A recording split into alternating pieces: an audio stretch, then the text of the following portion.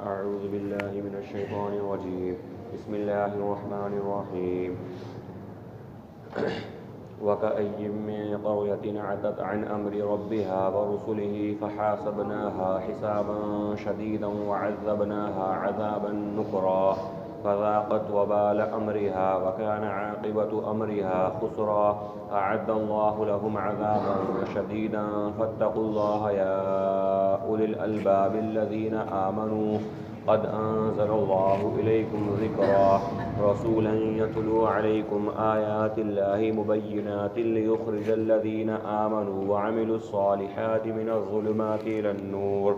ومن يؤمن بالله ويعمل صالحا يدخله جنات تجري من تحتها الأنهار خالدين فيها أبدا قد أحسن الله له رزقا الله الذي خلق 7 سماوات ومن الأرض مثلهن يتنزل الأمر بينهن لتعلموا أن الله على كل شيء قدير وأن الله قد أحاط بكل شيء علما. اور کتنی ہی بستیاں تھیں جنہوں نے اپنے رب کے حکم اور اس کے رسول کے حکم سے بغاوت کی، تو ہم نے انہیں سخت عذاب کا مزہ چکھایا اور ان کو ایسے عذاب کا مزہ چکھایا جو ان کے لیے انجان تھا.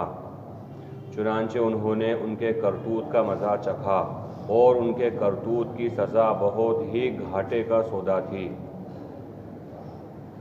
اللہ رب العالمین نے ان لوگوں کے لیے دردناک عذاب تیار کر رکھا ہے. تو اے ایمان والو، وہ لوگوں جو عقل مند ہو، اللہ سے ڈرتے رہو. قد انزل اللہ الیکم ذکرا، اللہ نے تمہارے لیے نصیحت کی چیز نازل کی ہے.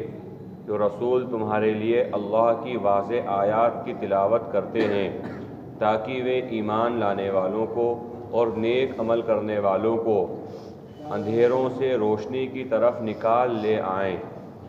اور جو شخص اللہ پر ایمان رکھتا ہے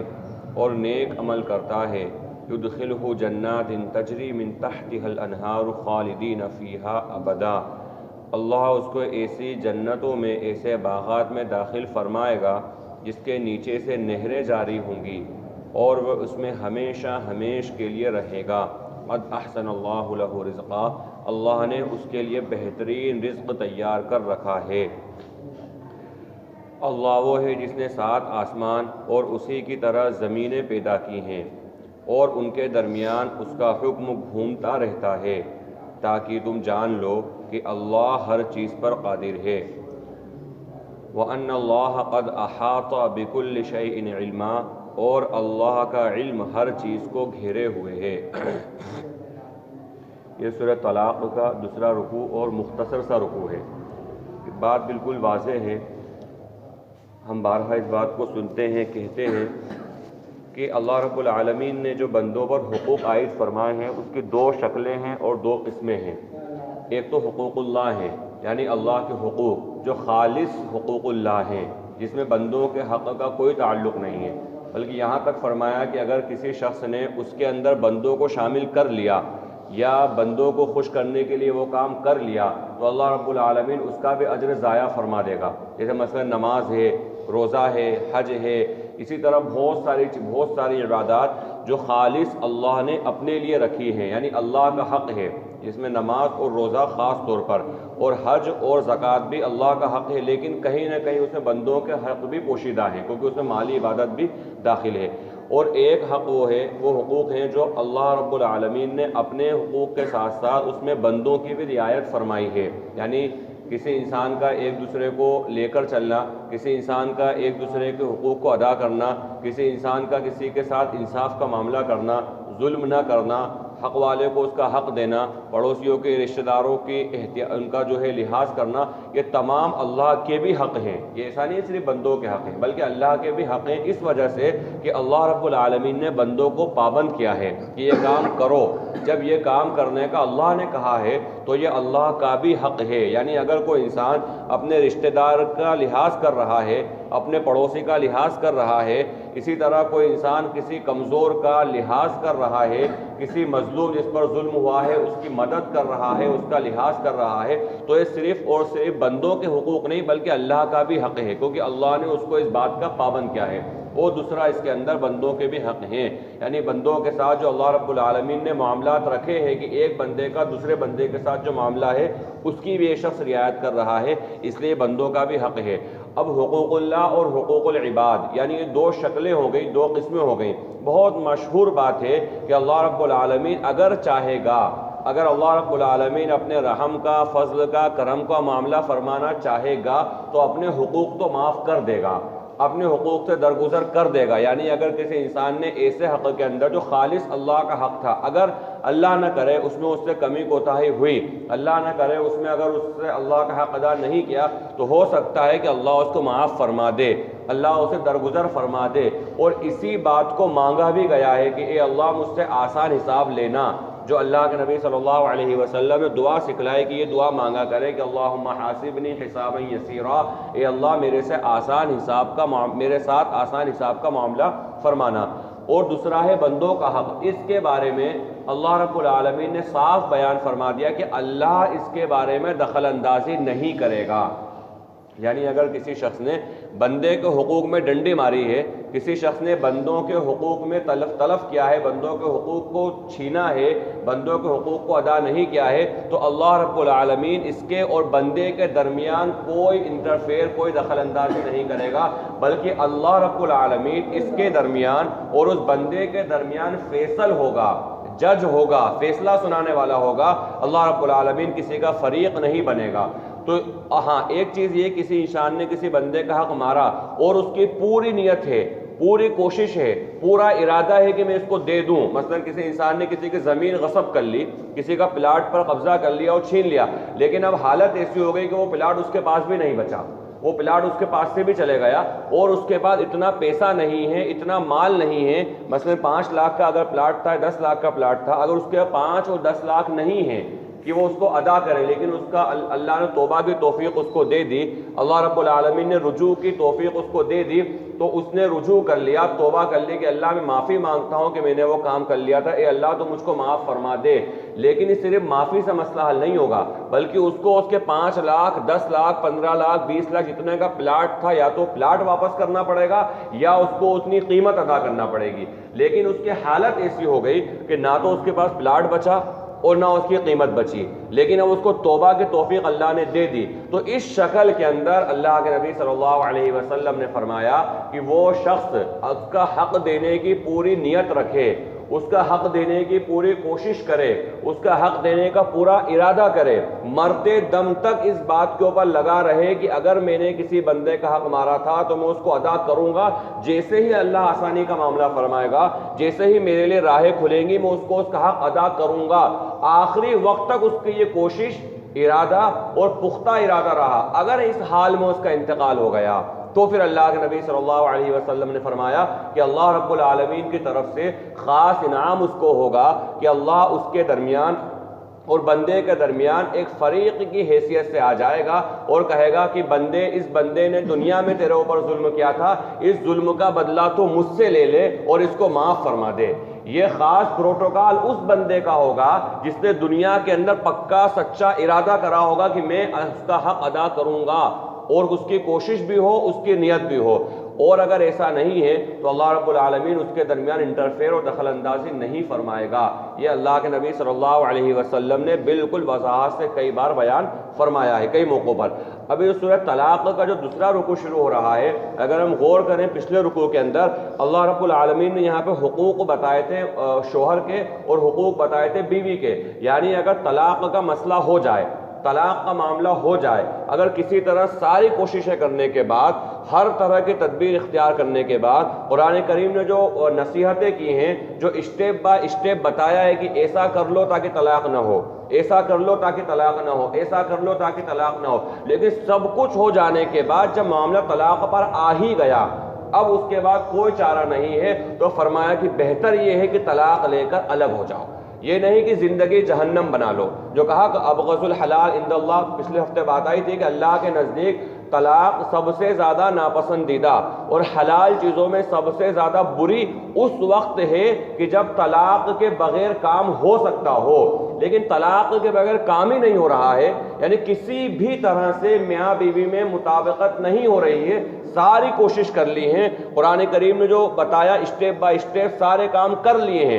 اب اس کے بعد بھی اگر نبھاؤ نہیں ہو رہا ہے تو فرمایا کہ الگ ہو جاؤ۔ یہ نہیں کہ تم ساتھ رہو اسی طرح لڑتے جھگڑتے رہو تاکہ نسلوں پر اثر پڑے، لڑتے جھگڑتے رہو تاکہ خاندانوں میں دشمنیاں بڑھتی جائیں، لڑتے جھگڑتے رہو تاکہ جب اولاد بڑی ہو جائے تو یا تو اولاد ماں کا فیور کرے گی یا باپ کا فیور کرے گی، یا باپ اور ماں دونوں کا فیور نہیں بھی کرا گا تو اولاد باپ ماں کو چھوڑ کے الگ ہو جائے گی۔ یعنی اگر آج طلاق نہیں لی تو آگے خطرناک نتائج سامنے آئیں گے، لہذا ساری کوشش کرنے کے بعد بھی اگر مسئلہ طلاق پر آ جائے تو طلاق لے کر الگ ہو جائیں۔ اللہ جس طرح سے پہلے اللہ نے رشتہ بنایا تھا، اللہ دونوں کے لیے بعد میں کوئی بہتر رشتہ بنا دے گا، یہ تقدیر پر ہمارا ایمان ہے۔ لیکن جو فرمایا گیا کہ اب طلاق جب ہو ہی گئی تو اس کے بعد کے مسئلے یا عدت کے پیریڈ کا جو مسئلہ ہے اس کے درمیان ایک دوسرے کے حقوق کو غصب نہیں کرنا، ایک دوسرے کو حقوق کو نہیں چھیننا، ایک دوسرے کو حقوق کو پامال نہیں کرنا، یہ نصیحتیں اللہ رب العالمین نے پچھلے رکوع کے اندر بیان فرمائی تھیں،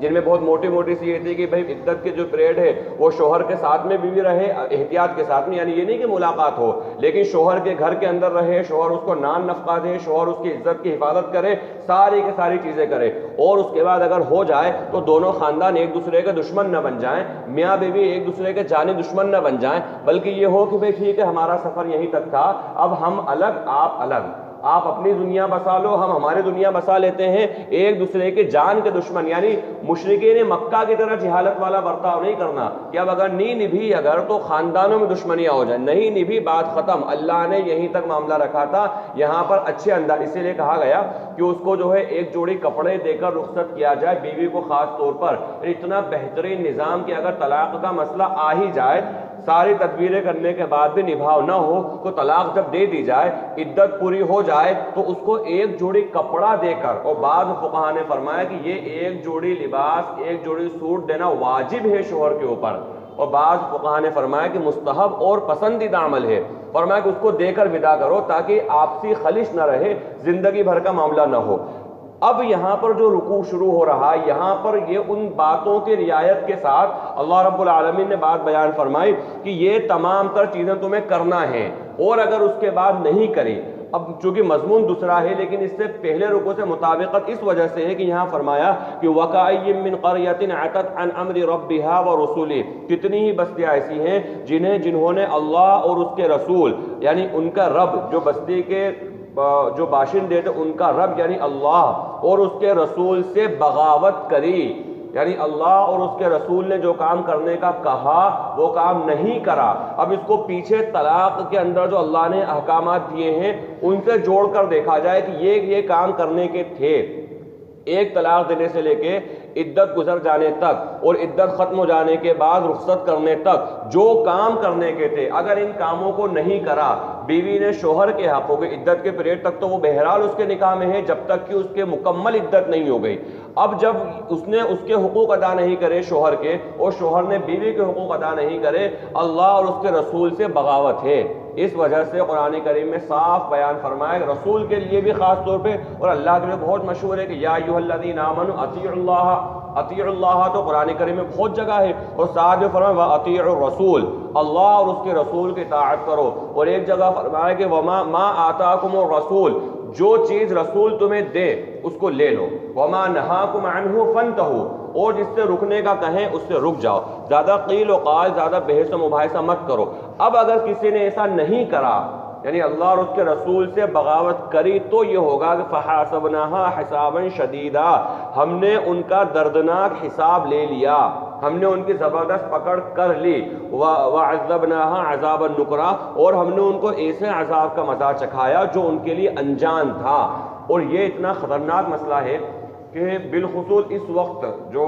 پورے دنیا کے اندر حالات ہیں ایمان والوں کے ساتھ، اور خاص طور پر ہندوستان کے اندر مسلمانوں کے ساتھ جو حالات ہیں، ایسی چیزیں آ رہی ہیں سامنے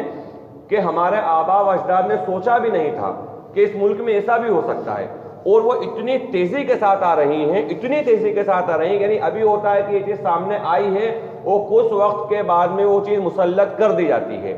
ابھی تو وہ چیز انڈر پروسیس ہے لیکن بہت جلدی اس کے بارے میں فیصلہ ہو جاتا ہے. ہم رات و دن مشاہدہ کر رہے ہیں. ایک عذاب تو یہ ہوتا ہے کہ جو انسان اس سے متعارف ہے, یعنی بھائی قرآن کریم کے اندر جیسا آیا بہت سی قوموں پر اللہ نے چہرے مسخ کر دیے, ان پہ پتھروں کی بارش ہو گئی, ان پہ زمین تنگ کر دی گئی, بہت ساری ایسی چیزیں ہیں. لیکن بہت سارے ایسے عذاب ہیں جو انسان کے لیے عذاب النکرہ انجان ہے. وہ ایسے عذاب کے انسان تصور بھی نہیں کر سکتا کہ ایسا بھی ہو سکتا ہے,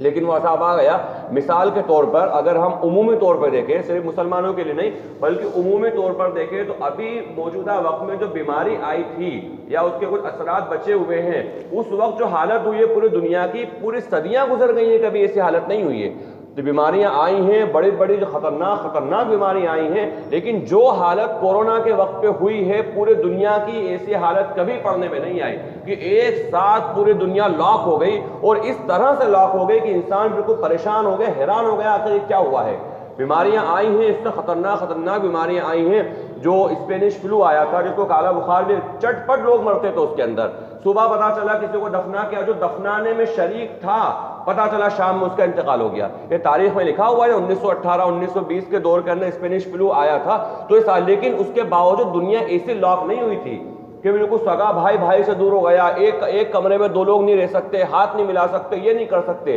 خطرناک بیماری آئی ہیں, لیکن اس کے باوجود اتنی خطرناک حالت کہ انسان حیران اور پریشان ہو گیا آخر یہ کیا ہوا. بچوں کے لیے دوائیاں نہیں, بچوں کے لیے دودھ نہیں, بچوں کے لیے پھل نہیں, پریگننٹ عورتیں ہیں, حاملہ ہیں, بالکل درد ذیل شروع ہو گیا, ڈیلیوری کے لیے ہاسپٹل نہیں, لوگ جو سانسیں توڑ رہے ہیں لیکن آکسیجن نہیں. اتنی خطرناک حالات اللہ نے دکھا. یہ بھی عذاب کی شکل ہے کہ جو ہے عذاب النکرہ, ایسا عذاب کہ جس کے انسان اجنبی ہوتا ہے, جس انسان کو پتہ ہی نہیں ہوتا کہ یہ بھی عذاب آ سکتا ہے. اور اللہ ہم سب کی حفاظت فرمائے. ایسی شکلیں آ رہی ہیں کہ انسان کے وہم و گمان میں بھی نہیں, کیا یہ بھی ہو سکتا ہے, کیا یہ بھی ہو سکتا ہے, اور وہ چیزیں ہو جاتی ہیں. تو یہ صرف اور صرف اس وجہ سے ہوتی ہے کہ اللہ اور اس کے رسول سے بغاوت, اللہ اور اس کے رسول کی بات نہیں ماننا, اللہ اور اس کے رسول کی نافرمانی کی وجہ سے ایسی عذاب کی شکلیں دنیا کے اندر اللہ دکھاتا ہے. اور یہ اس لیے دکھاتا ہے کہ بہت مشہور آیت ہے کہ وَلَنُذِيقَنَّهُم مِّنَ الْعَذَابِ الْأَدْنَىٰ دُونَ الْعَذَابِ الْأَكْبَرِ لَعَلَّهُمْ يَرْجِعُونَ, کہ ہم ضرور بالضرور دنیا کے اندر تمہیں چھوٹے عذاب کا مزہ چکھائیں گے تاکہ تم بڑے عذاب سے پہلے چھوٹے عذاب کا مزہ چکھائیں گے تاکہ تم رجوع کر لو. لَعَلَّهُمْ يَرْجِعُونَ. اب یہاں پر غور کرنے کی بات یہ ہے کہ ہمارے اسلامی پہچان, اسلامی شناخت یا اسلامی احکامات میں سے کوئی سی بھی چیز کے اوپر اگر حملہ ہوتا ہے, یعنی باطل اگر اس کے اوپر حملہ کرتا ہے, تو ہم یہ دیکھیں اس کے اندر ہمارا طریقہ کیا ہے اور ہمارے کرنے کا کام کیا ہے. یہ تمام تر چیزوں کو سوچنا, اس کے بارے میں غور و فکر کرنا اور اس کو ہمارے سامنے رکھنا کہ ہمارے کرنے کا کام کیا ہے. مثال کے طور پہ بہت موٹی سی بات ہے کہ ابھی موجودہ وقت میں جو ملک کے اندر حجاب اور پردے پر بوال مچا ہوا ہے, وہ پردے کی بات کر رہے ہیں جن کی بیٹیاں بے پردہ ہیں. بات بڑی تلخ ہے. وہ پردے کے بارے میں احتجاج کر رہے ہیں جن کی بہنیں بے پردہ ہیں.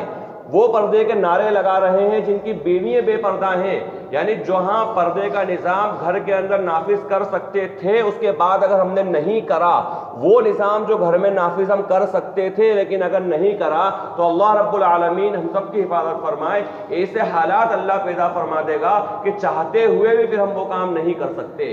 اگر مسجدوں کو آباد نہیں کرا نماز سے, تو ہم چاہتے ہوئے بھی مسجدوں میں نہیں آ سکتے. یہ اللہ نے کورونا کے وقت میں دکھا دیا ہے. پھر امام اور مؤذن سے جھگڑا کرنے کا کوئی فائدہ نہیں. کئی بار ایسے حالات ہو جائیں گے کہ ہم چاہتے ہوئے مسجد نہیں آ سکتے, چاہتے ہوئے روزے نہیں رکھ سکتے, چاہتے ہوئے زکوٰۃ نہیں دے سکتے, چاہتے ہوئے حج نہیں کر سکتے, چاہتے ہوئے ہماری ماں بہنیں پردہ نہیں کر سکتی. یہ اس وقت کہ جب ہم وہ کام کر سکتے تھے لیکن اگر ہم نے نہیں کرا. یعنی آج اگر دیکھا جائے بے پردگی کا, حالانکہ یہ بات بالکل حقیقت ہے کہ دونوں چیزیں الحمدللہ اسلامی معاشرے کے پردہ کرنے والی خواتین ہیں اور بہترین طور پر الحمدللہ پردہ کر رہی ہیں. ایسا نہیں کہ ساری بے پردہ ہیں, لیکن ایک بہت بڑا طبقہ ماں بہنوں کا وہ ہے جو پردے سے دور ہے. اور کئی بار یہ چیزیں ہیں کہ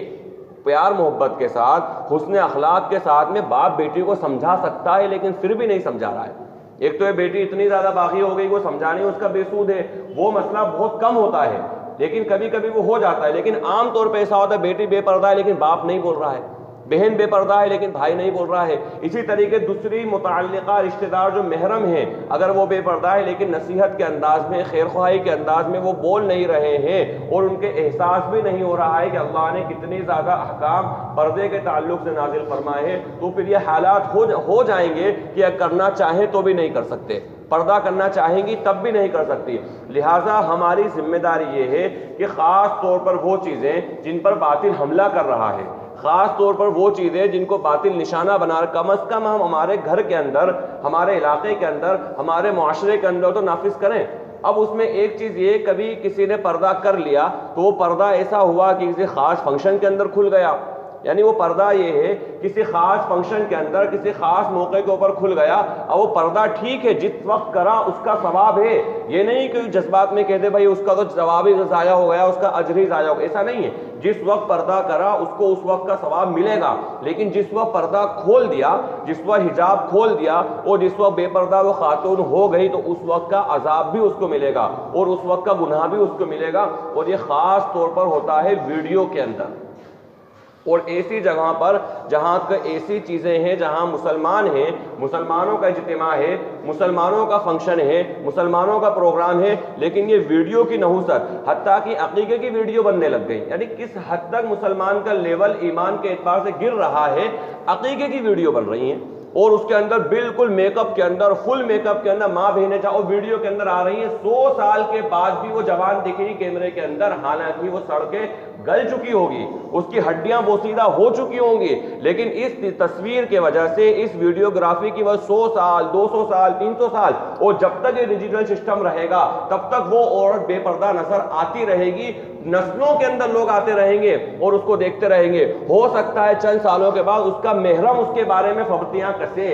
ہو سکتا ہے چند سالوں کے ویڈیو میں دیکھنے اس کی خوبصورتی کے قصیدے اس کا محرم پڑے, اس کو پتہ نہیں چلے بولے میری دادی ہے یہ, یا اس کو پتہ نہ چلے میری پردادی ہے. 100 سال گزر جانے کے بعد حسین و جمیل عورت جو ویڈیو میں نظر آ رہی ہے 100 سال 150 سال کا اس کا پوتا یا پر پوتا, اس کو پتہ نہیں میری دادی ہے, اور نعوذ باللہ اس کے بارے میں غلط کمنٹ کر دے, اس کے بارے میں ایسی بات کہہ دے جو مناسب نہیں ہے, جو کسی غیر محرم کے لیے کہنا مناسب نہیں ہے, لیکن اس کی نسل میں آنے والا لڑکا اس کے بارے میں یہ بات کہے گا. اور یہ بالکل یقینی بات ہے کہ اگر پردہ کبھی ہو سکتا ہے, اللہ حفاظت فرمائے, کبھی کسی ماں بہن کا پردہ یوں نہ رہے, کوئی کسی مرد کے سامنے بے پردہ آ جائے, حالانکہ اس سے بچنا ہے, لیکن ہو سکتا ہے کبھی تھوڑی دیر کے لیے بے پردہ آ جائیں. یہ بے پردہ آ جانا اتنا خطرناک نہیں ہے جتنا خطرناک نامحرم اور عورتوں کی ویڈیو اور فوٹو بنانا ہے. یہ اتنا خطرناک ہے, اس وجہ سے وہ سیو ہو جاتا ہے,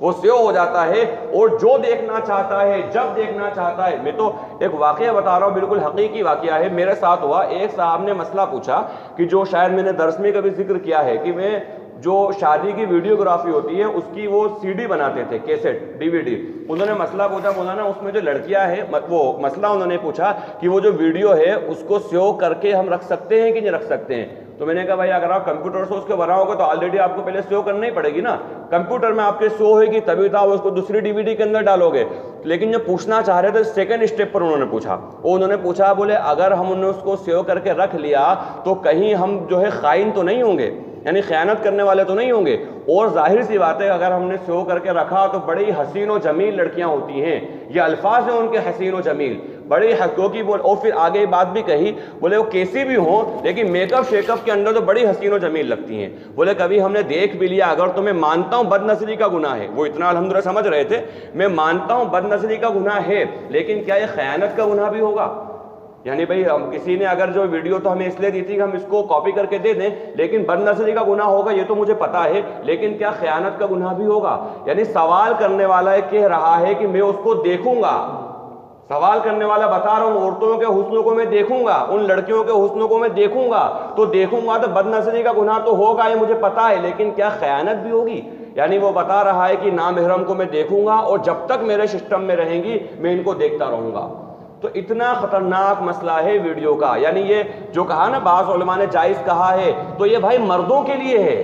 جو کہا نا جس طریقے سے مرد کے لیے پردہ نہیں ہے, اگر کوئی مرد ہے وہ برقع پہن کے نہیں نکلے گا.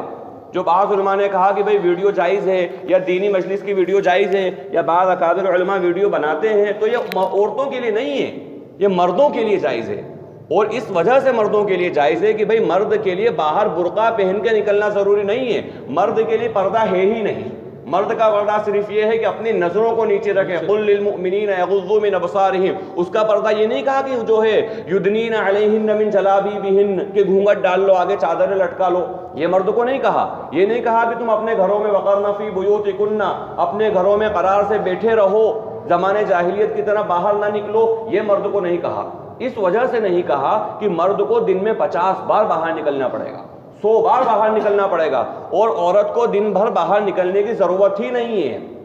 اس کو تو بہت زیادہ ایمرجنسی ہو جائے، بہت زیادہ ضروری کام ہو جائے تو اس کے بغیر ہو ہی نہیں سکتا ہے، اس وقت اس کو باہر نکلنا ہے، یا اس کو ڈاکٹر وغیرہ کو دکھا رہا ہے تب باہر نکلنا ہے، یا کوئی پروگرام فنکشن نہ کرے تو پردے کے اہتمام کے ساتھ میں اس کو باہر نکلنا ہے۔ لیکن مرد ایسا ہو ہی نہیں سکتا کہ باہر نہ نکلے، اس کو تو باہر نکلنا ہی پڑے گا۔ تو یہ جو مرد کے لیے صرف یہ حکم ہے کہ اپنی نظروں کو نیچے رکھے، پردہ چہرہ ڈھانک لینا، گھونگھٹ لے لینا، یہ حکم عورتوں کے لیے ہے۔ لہٰذا اگر کہیں گنجائش ہے اور کہیں ڈھیل اگر علماء نے دی ہے تحقیق اور اجتہاد کر کے، تو وہ صرف مرد کے لیے ہے، وہ عورت کے لیے نہیں ہے۔ تو لہٰذا جہاں حجاب کے لیے پورے ملک کے اندر یہ ماحول ہے اور بن رہا ہے، تو ہم بھی یہ کوشش کریں کہ ہم بھی ہمارے گھروں کے اندر ہمارے اہل خانہ سے، ہماری ماں اور بہنوں سے، ہماری مستورات سے درخواست کریں گے، انہیں سمجھائیں گے، سکھائیں گے، بتلائیں گے، پیار و محبت سے سمجھائیں گے کہ بھئی حجاب کرنا ضروری ہے۔ جس طریقے سے عورت کے لیے نماز فرض ہے، اسی طریقے سے عورت کے لیے پردہ فرض ہے۔ یہ الگ بات ہے نماز چھوڑنے پر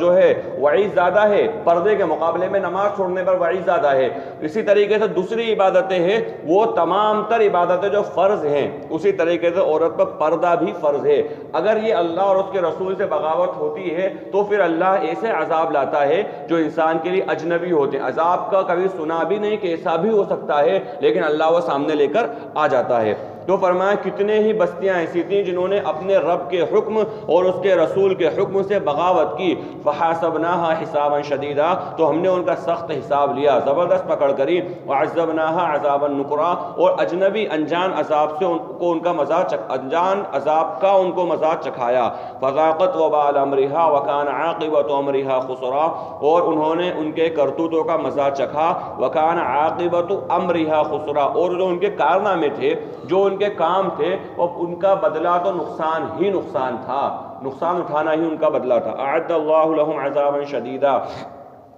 اب یہ جو بات اوپر سے آ رہی ہے، اس کا تعلق جو بعض مفسرین نے فرمایا کہ یہ تو جو بستیاں ہلاک ہوئی تھیں قوم عاد اور قوم سمود اور ان کے بارے میں ہے، کسی ایمان والے کے لیے اتنی سخت بات نہیں ہے، بعض مفسرین کی رائے ہے، لیکن جمہور مفسرین یہ بات بیان فرماتے ہیں، یعنی مفسرین اکثر مفسرین بات بیان فرماتے ہیں کہ اس کا تعلق ایمان والے سے بھی ہے، یعنی کوئی اس مغالطے میں نہ رہے کہ تو قوم عاد اور قوم سمود اور فلاں فلاں فلاں کے لیے تھا، ہم تو اس سے بچ جائیں گے، ہم تم امت محمدیہ ہیں۔ فرمایا نہیں، بلکہ جو ایمان لانے والے ہیں ان لوگوں کے لیے بھی یہ حکم ہے کہ فرمایا اعد اللہ لهم عذابا شدیدا، اللہ رب العالمین نے ان کے لیے دردناک عذاب تیار کر رکھا ہے، فاتقوا اللہ یا اولی الالباب الذین آمنوا، تو اے عقل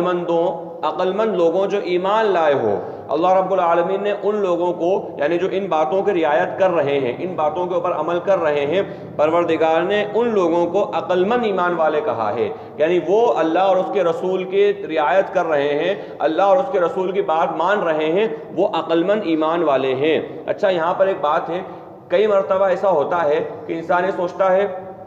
کہ بھئی شریعت نے تو ہر چیز کی منع کر دیا ہے، جہاں دیکھو وہاں یہ منع، جہاں دیکھو وہاں یہ حرام، جہاں دیکھو وہاں یہ ناجائز، جہاں دیکھو یہاں یہ ناجائز۔ ایسا نہیں ہے، ایسا اس لیے کہ ہمارے سامنے جو باتیں آتی ہیں نا، جو باتیں پیش ہوتی ہیں وہ حرام ہوتی ہیں۔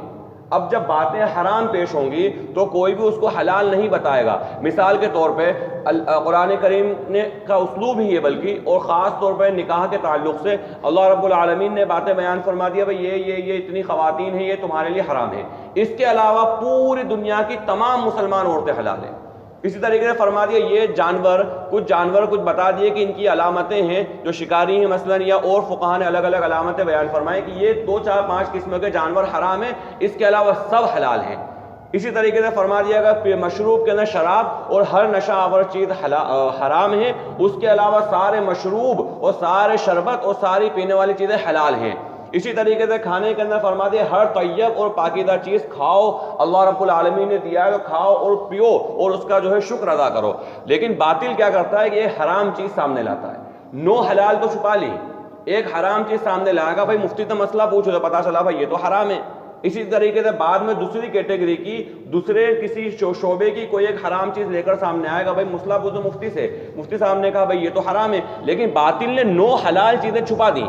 جو 9 حلال چیزیں تھی وہ نہیں بتا رہا ہے، تو لوگوں کو لگتا ہے بھئی یہ تو ہر چیز حرام کرتے ہیں۔ بھئی آپ اگر 10 ایسی چیزیں لے کر جائیں گے تو شریعت میں حرام ہیں، تو کوئی مفتی کوئی عالم نہیں کہے گا کہ حلال ہے۔ بھئی 100 لے کر جائیں گے تب بھی اگر 100 حرام ہے تو اس کو حرام ہی کہا جائے گا، اور اگر ایک حلال ہے ایک حرام ہے، اسی کیٹیگری کی 9 حلال چیزیں بھی بتائی جائیں، 9 حلال چیزوں کو نہیں چھپایا جائے، 9 حلال چیزیں بتائی جائیں کہ یہ 9 ہیں اور ان 10 کا حکم کیا ہے بتائیے، تو صاحب افتاء کہیں گے بھائی ان میں سے 9 حلال ہیں، ان کو استعمال کریے، اور ایک حرام ہے اس سے بچ جائیے۔ لیکن باطل نے کیا کرا، ساری حرام چیزیں سامنے لا دی، تو اس سے لوگوں کو بھی یہ لگتا ہے اور غیر مسلموں کو بھی بھائی اس میں تو ہر چیز حرام ہے،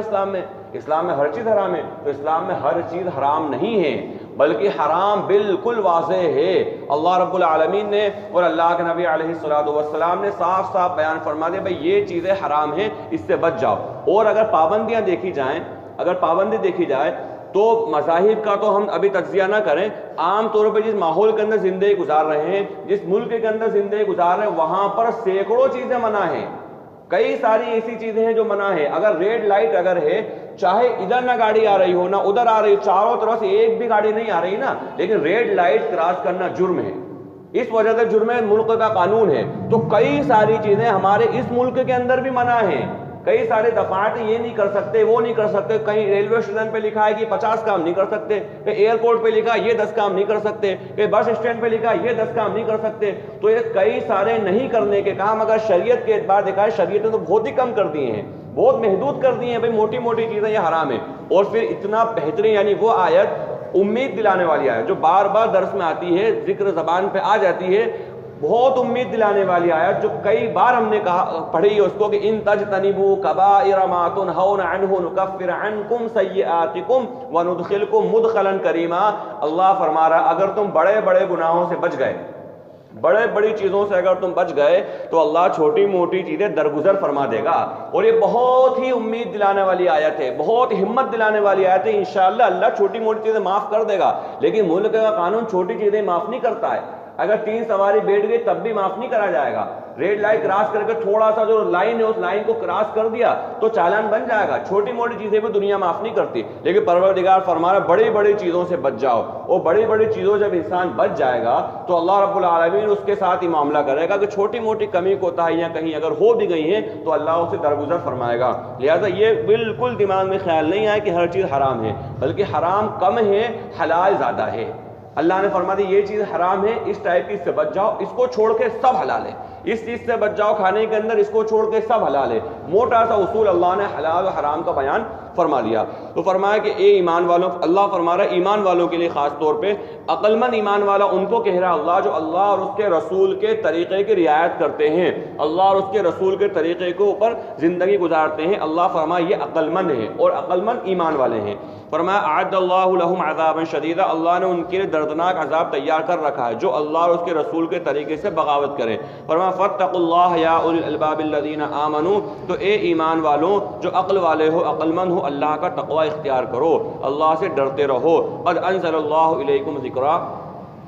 اللہ نے تمہارے لیے نصیحت کی چیز نازل کی ہے، وہ جو رسول تمہارے لیے تمہارے سامنے اللہ کی آیات واضح آیات کی تلاوت کرتے ہیں تاکہ وہ ایمان والوں کو اور نیک عمل کرنے والوں کو، یہاں بھی اسی بات کی اوپر کی تائید ہو رہی ہے کہ ایمان والا اور نیک عمل کرنے والا بھی کبھی کبھی گمراہ ہو سکتا ہے۔ جو کہا جاتا ہے نا بھائی ایمان والے کے لیے ایمان کی محنت کی کیا ضرورت، یہ جملہ جو ہے جہالت پر مبنی ہے یا تعصب پر مبنی ہے۔ ایمان والے کے لیے ایمان کی محنت کی بہت ضرورت ہے، یعنی اس کو اپنے ایمان کو رینیو کرنا ہے، اس کے ایمان کی تجدید کرنا ہے، اس کو ایمان کو بڑھانا ہے، اس کو ایمان کو بچا کر کے لے جانا ہے، اس کی تو ایمان والے کو بہت زیادہ ضرورت ہے۔ بڑے بڑے اجلہ صحابہ، اکابر صحابہ،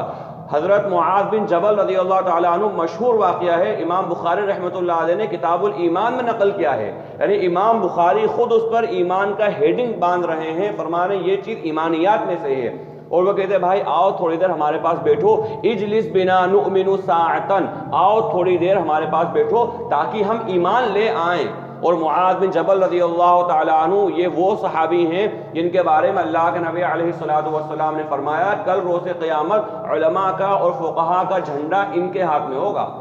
اتنے بڑے صحابی ہیں معاذ بن جبل۔ اللہ کے نبی صلی اللہ علیہ وسلم کے زمانے میں جو صاحب افتاء صحابہ تھے، اللہ کے نبی کی موجودگی میں فتویٰ دینے والے صحابہ، ان میں معاذ بن جبل تھے۔ اللہ کے نبی صلی اللہ علیہ وسلم نے ان کے سینے پر ہاتھ رکھ کر دعا دی ہے کہ اے اللہ، تائید کری ہے کہ اللہ وہ ہے جس نے اپنے رسول کے رسول یعنی اللہ کے رسول محمد صلی اللہ علیہ وسلم اور ان کے رسول معاذ بن جبل رضی اللہ تعالی عنہ فرمایا اللہ کی تمام تعریف اللہ کے لیے ہے جس نے اپنے رسول کے سینے کو کھول دیا۔ یعنی معاذ بن جبل رضی اللہ عنہ کو کہا گیا امت کے فقیہ ہیں، اجتہاد، بڑے بڑے اجتہاد کے اصول حضرت معاذ بن جبل رضی اللہ تعالیٰ عنہ کے اس جملے سے لیے ہیں فقہا نے، جو حضرت معاذ بن جبل رضی اللہ تعالیٰ عنہ کو اللہ کے نبی صلی اللہ علیہ وسلم نے ملک یمن کی طرف، نئے علاقے کی طرف بھیجا اور کہا اے معاذ بتاؤ فتویٰ کیسے دو گے؟ جب مسئلہ تمہارے سامنے پیش آئے گا فتویٰ کیسے دو گے؟ فرمایا کتاب اللہ میں ڈھونڈوں گا۔ بولے اگر نہیں ملا تو؟ کتاب اللہ میں نہیں ملا تو کیا کرو گے؟ فرمایا سنت رسول اللہ میں ڈھونڈوں گا۔ اگر کتاب اللہ میں نہیں ملا تو یا رسول اللہ صلی اللہ علیہ وسلم آپ کی سنت میں، آپ کی زندگی میں کوئی معاملہ پیش آیا ہوگا اور آپ نے کیا مسئلہ وہ بتایا وہ میں بتا دوں گا۔ فرمایا اگر وہاں بھی نہ پاؤ گے تو کیا کرو گے؟ فرمایا اجتہد برأیی، اپنی رائے سے اجتہاد کروں گا، اپنی رائے سے کتاب اللہ اور سنت رسول اللہ کو سامنے رکھ کر اپنی رائے سے اجتہاد کروں گا۔ قیامت تک کے آنے والے تمام فقہا کے لیے، پوری امت کے وہ مجتہدین فقہا جو کتاب اللہ اور سنت رسول اللہ کو سامنے رکھ کر اجتہاد کرتے ہیں، حضرت معاذ بن جبل رضی اللہ تعالیٰ عنہ کا جملہ گویا کہ ان کے نقشے کل حجر رہتا ہے، ایسا رہتا گویا کہ پتھر سے ان کے سینے پہ لکھ دیا۔ کبھی ان کے سامنے سے حضرت معاذ بن جبل کا ایک تو یہ جو ہے جملہ اور ایک کتاب اللہ کی ایک آیت کہ جو ہے ہدایت وہاں پر ہے جہاں پر مسلمانوں کی جماعت ہے، مسلمانوں کی جماعت جہاں جا رہی ہے اس سے بغاوت مت کرو، یعنی اجماع امت۔ وہ معاذ بن جبل رضی اللہ تعالیٰ عنہ فرمانا آؤ بھائی تھوڑی دیر بیٹھ لو، ایمان لے کر آ جائیں، تھوڑی دیر بیٹھ لو ایمان تازہ کر لیں، تھوڑی دیر بیٹھ لو ایمان کی تجدید کر لیں۔ تو ایمان کے مذاکرے، ایمان کی مجلسیں، ایمان کی محنتیں ایک ایمان والے کے لیے بہت ضروری ہیں، چاہے وہ اپنے اعتبار سے کسی بھی طرح کرے۔ حضرت یعقوب علیہ السلام بہت مشہور پیغام، یعنی اللہ رب العالمین نے یہ بتایا کس طرح انبیاء کرام علیہ السلام اپنی اولاد کے لیے فکر مند رہا کرتے تھے۔ قرآن کریم میں بہت مشہور آیت ہے ام کنتم شہداء اذ حضر یعقوب الموت، اے نبی صلی اللہ علیہ وسلم کیا آپ اس وقت موجود تھے جب حضرت یعقوب کی موت کا وقت آیا؟ کیا کہا انہوں نے؟ ام کنتم شہداء اذ حضر یعقوب الموت اذ قال لبنیہ ما تعبدون من بعدی، اپنے بیٹوں کو جمع کر فرمایا جو ان کے نسلوں میں نبی، حضرت یعقوب انبیاء اکرام کی نسلوں کے اندر، یعنی اوپر نبی ابن نبی، نبی ابن نبی، رسول ابن رسول، رسول ابن رسول، وہ کہہ رہے ہیں ما تعبدون من بعدی، میرے بعد کس کی عبادت کرو گے؟ وہ جوڑ رہے ہیں اپنی اولاد کو، جوڑ انہی کی اولاد میں حضرت یوسف علیہ السلام ہیں، ان کو جوڑ کے کہہ رہے ہیں کہ میرے بعد کس کی عبادت کرو گے؟ انہوں نے ایک زبان ہو کے قالوا نعبد الہک و الہ آبائک ابراہیم و اسماعیل و اسحاق الہا واحدا۔ ابا جان آپ بے فکر ہو کے دنیا سے جائیے، آپ ہمارے ایمان کے بارے میں بالکل بے فکر ہو کے جائیے، ہم عبادت کریں گے آپ کے معبود کی، آپ کے باپ دادا کے معبود کی، ابراہیم اور اسحاق علیہ السلام کے معبود یعنی اللہ وحدہ لا شریک لہ کی عبادت کریں گے۔ یہ تو طریقہ انبیاء اکرام کا تھا اپنی اولاد کے تعلق سے۔